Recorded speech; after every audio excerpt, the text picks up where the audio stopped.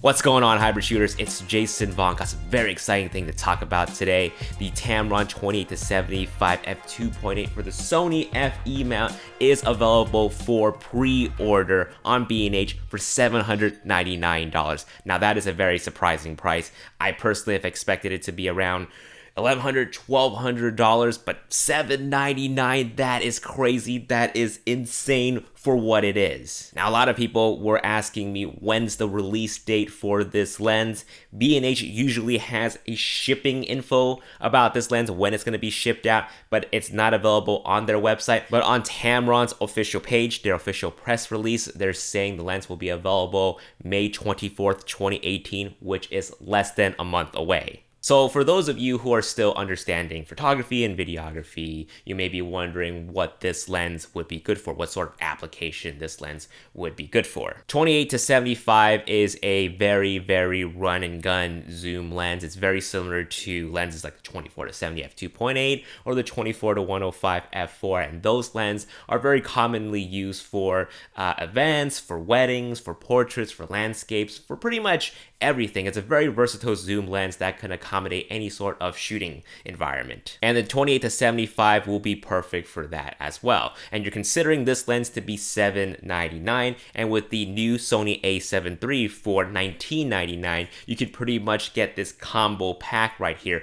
under $3,000, walk out of the camera store and start picking up gigs. Seriously, if there's only one lens you can own, a 24-70, or in our case, a 28-75, will be pretty much all you'll need to get a job done. Of course, there's other factors and variables to consider, but generally speaking, this lens will help you get the job done. Plus, it's an f2.8 lens, so you're going to get some nice bokeh out of it, and it'll be very helpful when you're in low light situations. Of course, a lot of people are wondering about the image quality of the lens, the performance, the autofocus performance. I am personally hoping to get a review unit in before the actual lens launch so I can run some tests and compare it to the 24-70 f2.8 G Master. Historically, Tamron makes really good lenses at a really affordable price. Take, for example, the 24-70 f2.8 for the Canon mount. It was very comparable to Canon's version of their 24-70 2.8. And their version 2 of the 24-70 f2.8, which they call the G2 series lenses, they're also highly praised as well. Now, I've been getting questions asking me, is 28 wide enough? Of course, when you're comparing to the more common zoom lenses, their widest end is 24. So is losing 4mm that big of a deal? It's going to depend on the situation, obviously. In most cases, you will just have to back up a little bit more to get a wider shot, but sometimes you may be back into the corner where you find the lens would not be wide enough. In that case, if you find yourself in that situation a lot, I would recommend picking up a ultra wide angle lens. The Rokinon 14mm f2.8 is not bad, or you can consider the Laowa 12mm or 15mm zero distortion lens. The Laowa lenses are fantastic choices. But if you really need that autofocus though, there is the 16-35 f4 from Zeiss, or the Zeiss Bodies 18mm f2.8. But I understand why they chose to go with the 28 as their widest lens. This keeps the lens very skinny and light. If you have it at 24, the lens will be as massive as the 24-70 G Master.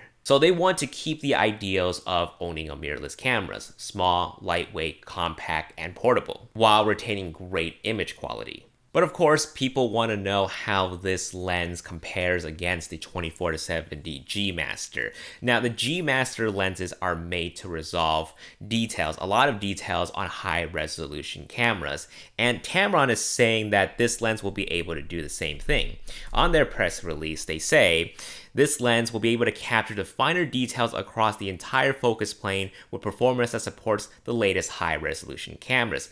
So what that means, or what I guess it implies, is that it will be able to keep up with the performance of the G Master lenses. So that would be very interesting to see. I'm gonna let the Pixel pros like DxO Mark or Tony and Chelsea Northrup to thoroughly investigate this. But I remember back when TCS TV, they did a 24-70 epic shootout, they found the G Master to outperform a lot of its competitors. So it'll be interesting to see where the Tamron 28-75 ranks.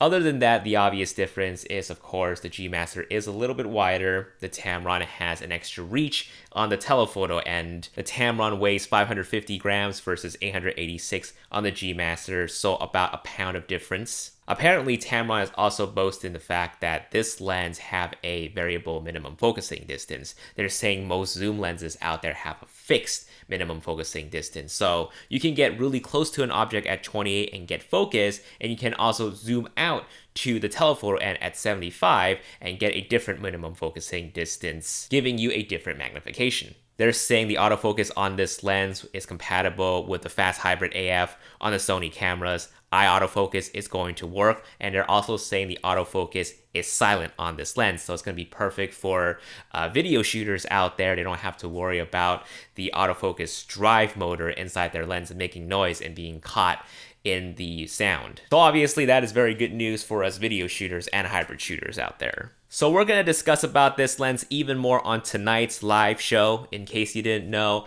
we do a live show every Monday night. We alternate on our channel. Tonight's live show is going to be on Danny's channel. So subscribe to that one, camera guy. Make sure you enable that bell notification to know that we are on live. It's going to be at 7 p.m. PST. So we hope to see you guys there.